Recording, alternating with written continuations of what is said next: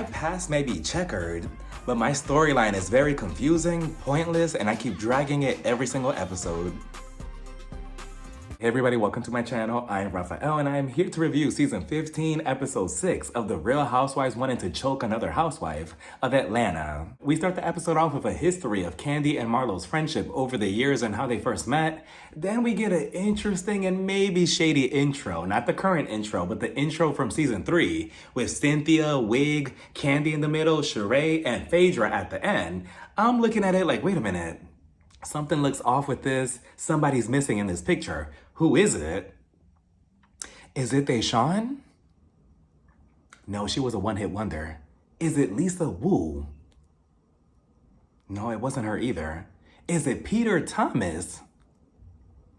But then again, he didn't start competing for his peach until maybe season 4 or season 5, possibly season 6-ish. So it couldn't have been Peter. And then I finally put it all together and it finally clicked that they erased the one and only Nene Leakes from the whole entire intro. Originally, she stands right next to Phaedra, right behind her. First of all, that's disrespectful itself right there. The fact that they had Nene Leakes in the earlier seasons, let alone season 3, in the back holding her peach. But regardless, they erased her completely. And I'm like, wow, Bravo, really? So petty, so childish, so nasty, and so rude. But then again, I started looking at it from a different perspective. Once I put my feelings, emotions, and memories with Nene to the side, I started thinking, okay, I could kind of see it, because Nene, her legal issues with Andy, NBC, Bravo, etc., she says some things and how she feels about everything is valid. So I could understand why the network wouldn't want to use Nene in any type of way.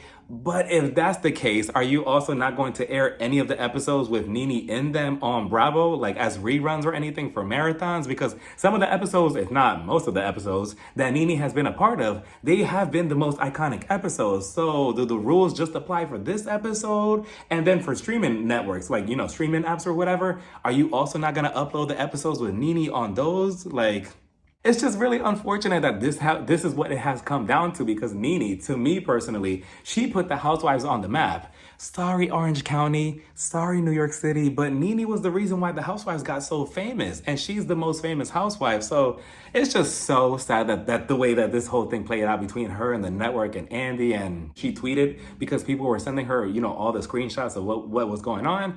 And Nene said, oh, thank you for all the screenshots. I see what everybody's DMing me. I get it. And then she also put, it's a shame that they could even they're allowed to do something like this. If only you knew. And it's sad and it's unfortunate. And again, I don't ever see Nene Leakes ever being on anything Bravo related or anything Housewives related. So we start seeing the history between Kandi and Marlo. And that one scene had me laughing where Kandi asked Marlo, so where do you get your money from, Marlo? And Marlo said, I get it from God. God was probably looking down at her like, now, why am I in it? I don't know where you get your money from either. Don't involve me in your scamming, Marlo. I don't know anything about that. But then we start seeing, how Kandi was always supportive of Marlo over the years. And she was always being nice to her, supportive, trying to help her. Unlike Marlo, we slowly start seeing her colors change towards Kandi until we saw last season where she told Sheree, oh, we all know that Kandi used to be a damn hoe.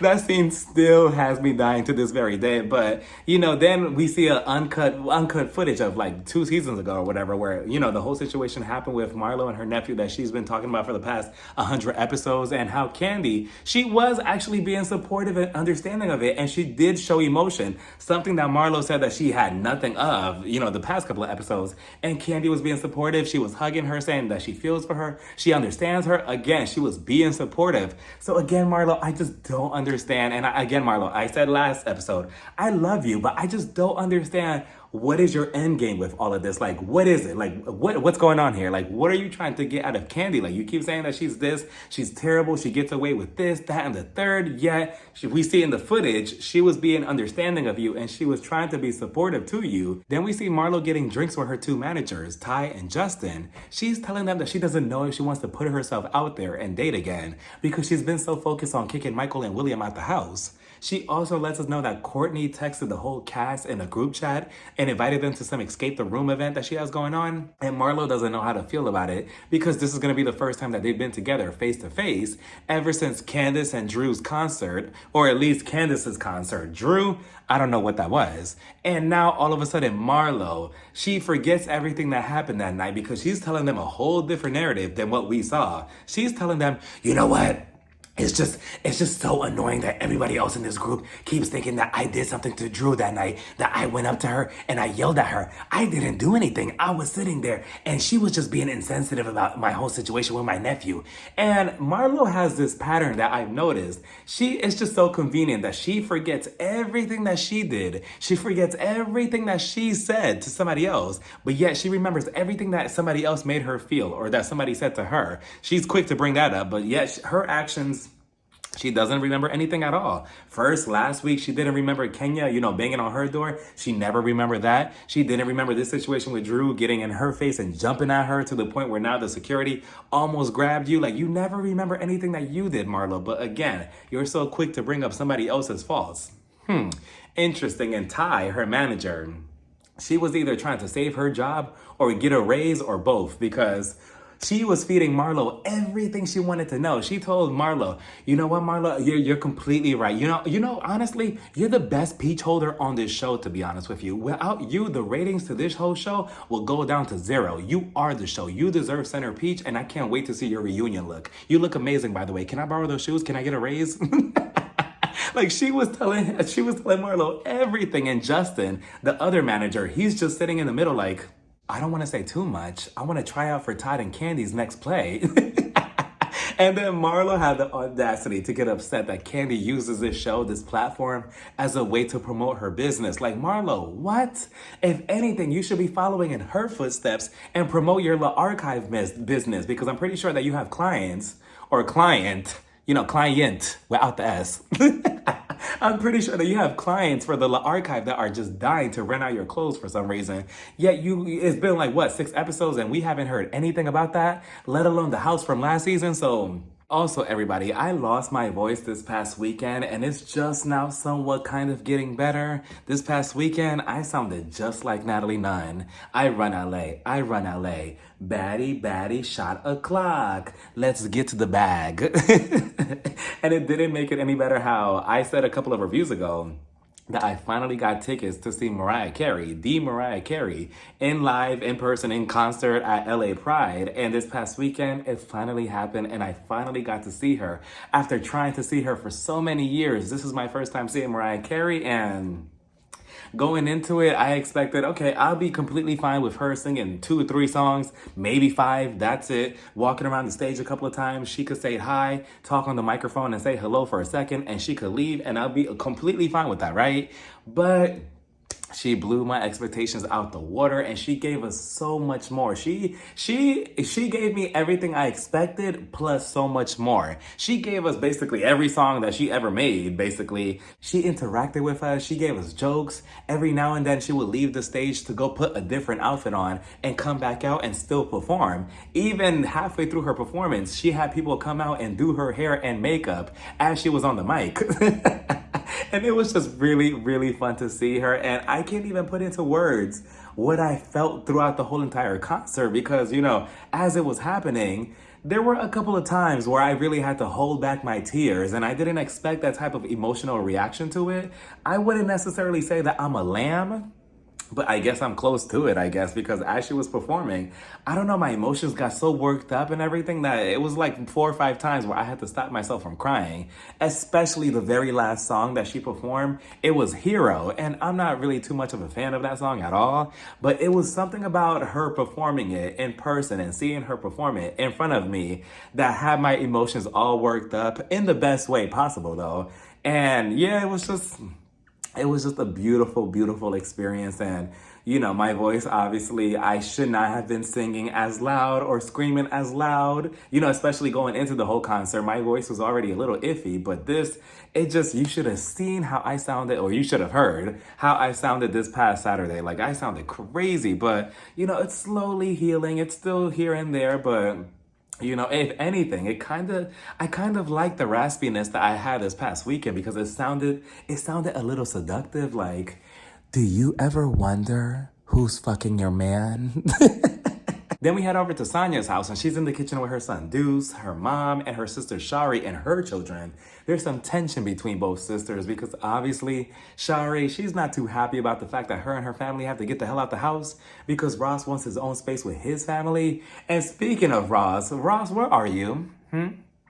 Why do we keep hearing about what you want for the house through Sonya? Where are you to also be in this conversation? Don't tell me that we're going to have another Robin and Juan Dixon where we only see the wife and we never see the husband. Interesting. But regardless, Shari, she's not happy and she's showing that too. She's not smiling. She's not anything. Meanwhile, Sonya is the complete opposite because her brand, Mommy Nation, has a new website that's going to allow more people to view it. Shari, she's looking at this like, she's a little bit too happy for me. Let me burst her bubble a bit. You know what, Sonya? The second that I leave this house, me and my family, it's gonna be like a giant gaping hole. And I'm like, ooh, not gaping hole. That sounds so kinky. She's like, it's gonna be like a giant gaping hole and you're gonna need us and we're not gonna be there. And I'm leaving regardless. And honestly, Shari, I have an idea for you that could save you and possibly give you a peach for next season. But it's gonna cost you your relationship with your sister and your family, and it's probably gonna split everybody in half.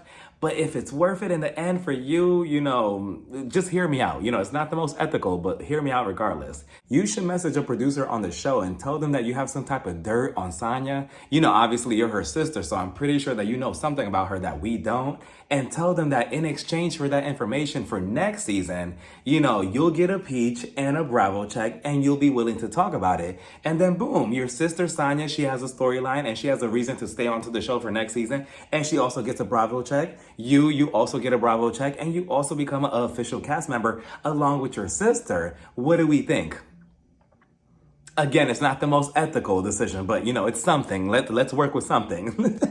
And as Sonya is walking away with her son, Shari tells her, oh, can you just check on the macaroni and cheese for my son? Sonya, she looks at her and was like, no, remember when I needed my hair done and you weren't there and you called out last minute? Well, now the tables turn. I can't do it. Find somebody else to do it. And she walks away and I'm like, wow, Sonya, you need to have this energy with the group. Like Kenya, Marlo, everybody else over there. Not your sister, but Shari, again, going back to my non-ethical idea, if I was you, the second that she would have rejected your mac and cheese request, I would have been trying to find the producer's Twitter. Like, you know what? I'm messaging him tonight. Hey, it's Shari, Sonya's sister. Yeah, I have a storyline for next season. What do you think maybe we should meet tomorrow?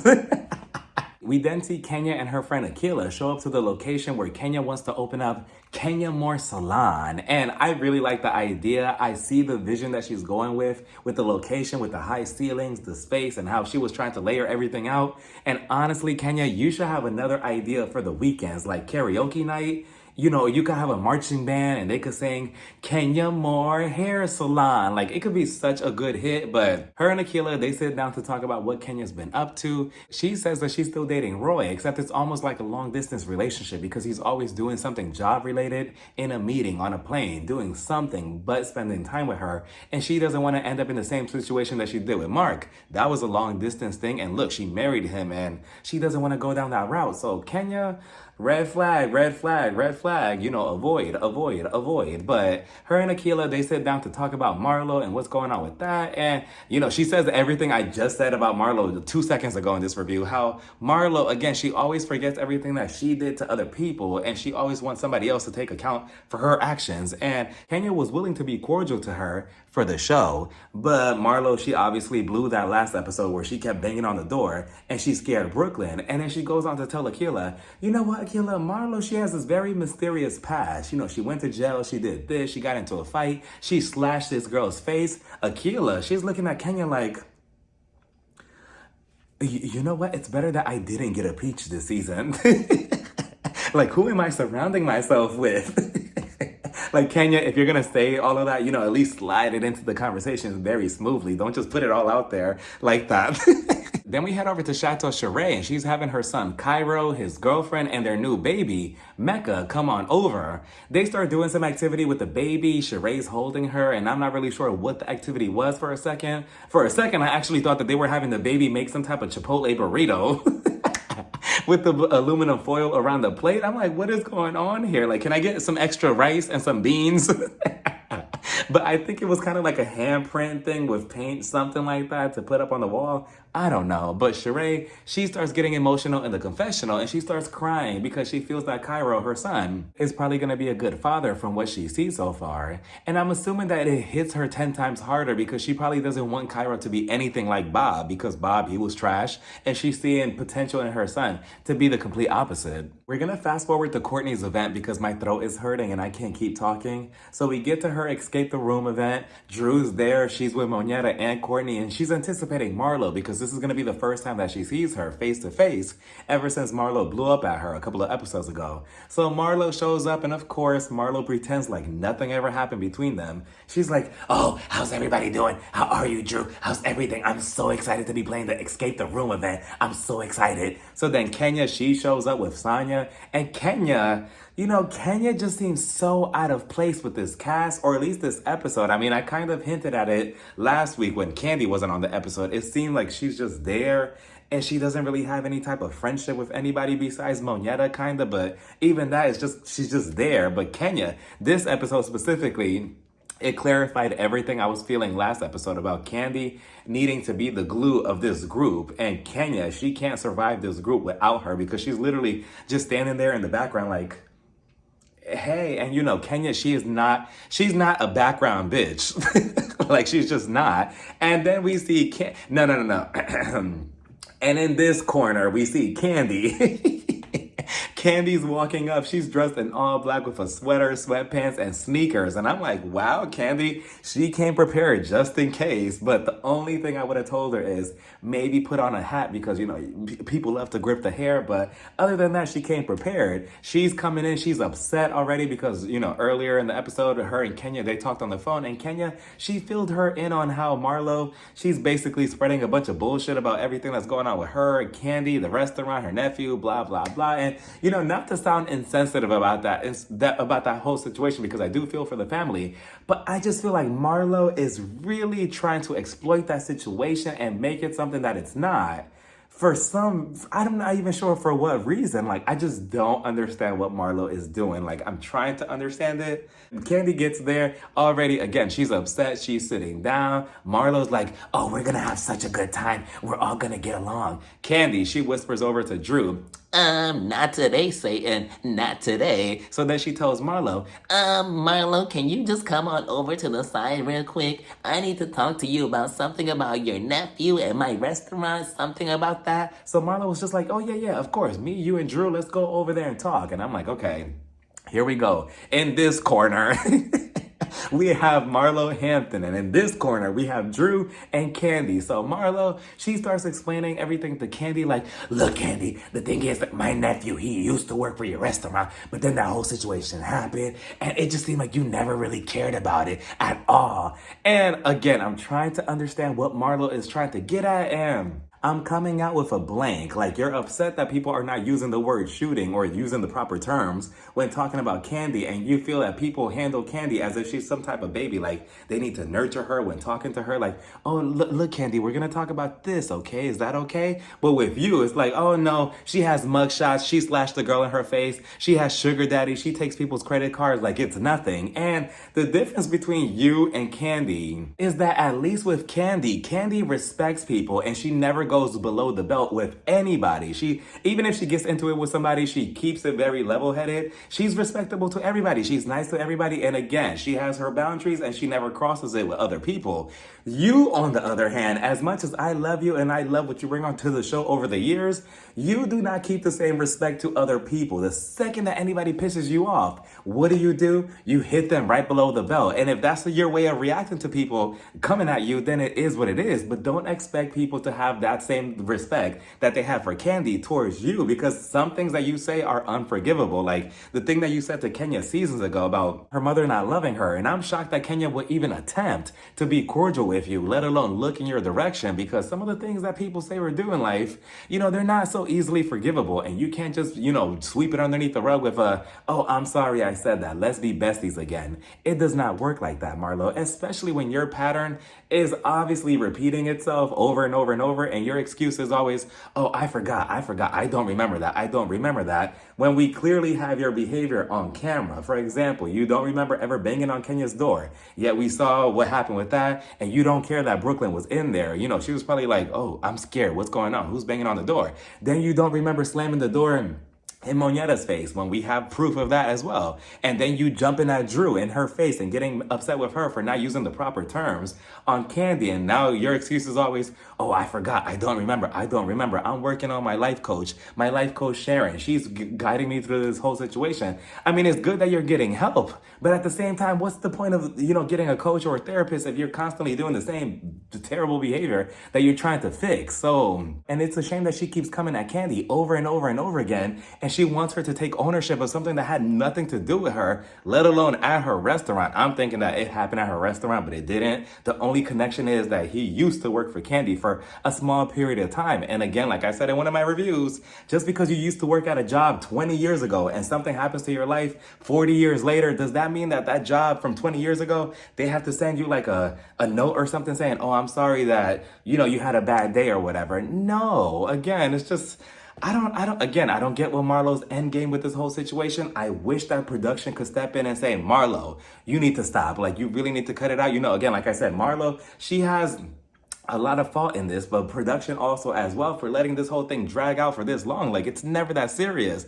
Marlo, I feel like what Marlo's real issue with Kandi is, like, instead of sugarcoating it with her nephew's death that I feel like she's exploiting to try to get at Kandi, I wish that she would just be honest about everything and just break the fourth wall and say, you know what? I don't like that you still stayed on this show being boring for years, and production and Andy and Bravo, just because they favor you, they allowed you to stay on this show and do nothing. Like, you got paid to do nothing. I'm here to activate you, to bring red hair Kandi back because you need to earn your Bravo check. I just wish that she was just honest about it and stop trying to cover it up as if you're really upset because Kandi wasn't showing you emotion, etc., over the situation, when we clearly have the footage at the beginning of the episode. Candy's getting pissed off because, like I said before, also, I feel like with Marlo has been itching for a fight, like an actual physical fight between Drew, Moneta, and Kenya these past couple of episodes.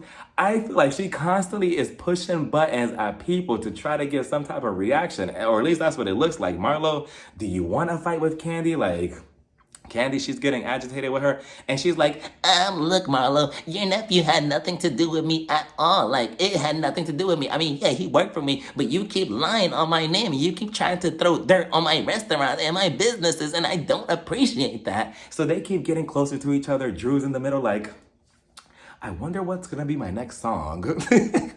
So then Moneta sees everything going down, so she gets up and she's like, okay, this is my time to be on camera again. Let me just look for a reason to be in front of the cameras. Give me 1 second. Let me put on my lipstick. Okay. Okay. I'm so gonna own the scene. Give me 1 second. Hold on. Are they going at it still? Okay, give me 1 second. Hold on. I'm coming. Give me 1 second. Okay, here we go. Yeah, Kandi, what's going on? The second that she even stepped in, Kandi was just like, can you back up, please? And then Moneta did the walk of shame right back to the table. She said, okay. And she sat her ass back at the table, and they're like, what happened? Moneta's like, it's just a lot going on between them. So embarrassing. If I was Moneta, I would have flipped sides so quickly. Like, oh, you want me to back up? You know what? Just because of that, I'm Team Marlo. Marlo, go ahead. Like, absolutely not. So embarrassing. But she sits down. Kenya, again, she's just sitting there. And she just looks all out of place. Kandi and Marlo, they continue going at it. Eventually, Candy, she feels that Marlo is, walking up on her. Marlo, I don't think she was necessarily trying to, get physical or anything like that because she had her hands at her waist and that doesn't mean anything either, honestly. I think it's just because she's taller than everybody, it seems that she's kind of like looking down on you and you have to prepare for whatever, but I don't know. What do y'all think? Do y'all think that Marlo was trying to get physical? I don't know. But eventually, everybody from the table, they get up and they storm around them like the Power Rangers. Kenya, she's grabbing onto Candy, and then Drew.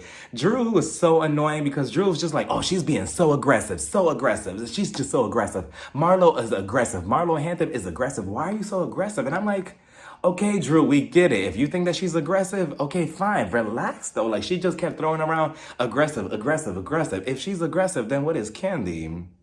Because, I mean, Candy, she did tell Marlo, oh, I'm so mad at you. I'm so mad at you right now. I'm so mad at you because I can't choke you right now, you dumb bitch. I'm like, wow, Candy, you want to choke her? And Kenya did the foolish mistake of, Kenya was about to get season 6 reunion. When Portia dragged her, she was almost about to get that from Candy because Candy, she's trying to hold her down and she's grabbing onto her. And in a fight, somebody's going to get pissed if you grab that. And let's say Marlo was to have swung, right? And then Candy, she doesn't have the upper hand. Marlo has the upper hand because Kenya's holding onto her. Of course, Candy's going to get upset, or anybody who's in a fight is going to get upset. Like, get off me. So Candy's telling Kenya, don't touch me right now. Don't touch me. Get off me right now. I'm trying to go at it with Marlo. And I mean, she did let us know at Pillow Talk, don't touch me. Don't touch me. So there was a warning years ago, but Kenya's like, okay, it's fine. I don't want to feel what I did at the reunion with Portia. It's okay. You can fight Marlo. So eventually Marlo's like, you know what? I didn't do anything to her. I don't get it. What's going on? And again, Marlo, it's almost like she's like gaslighting Candy because she keeps provoking her or at least pushing buttons over and over again. And now she's like, oh, I didn't do anything. I don't know what's going on. What's happening? And again, just the whole situation, just a mess. And Courtney and her bobblehead, she's just there like, wait, are we not going to play the game? Are we not going to play the escape room?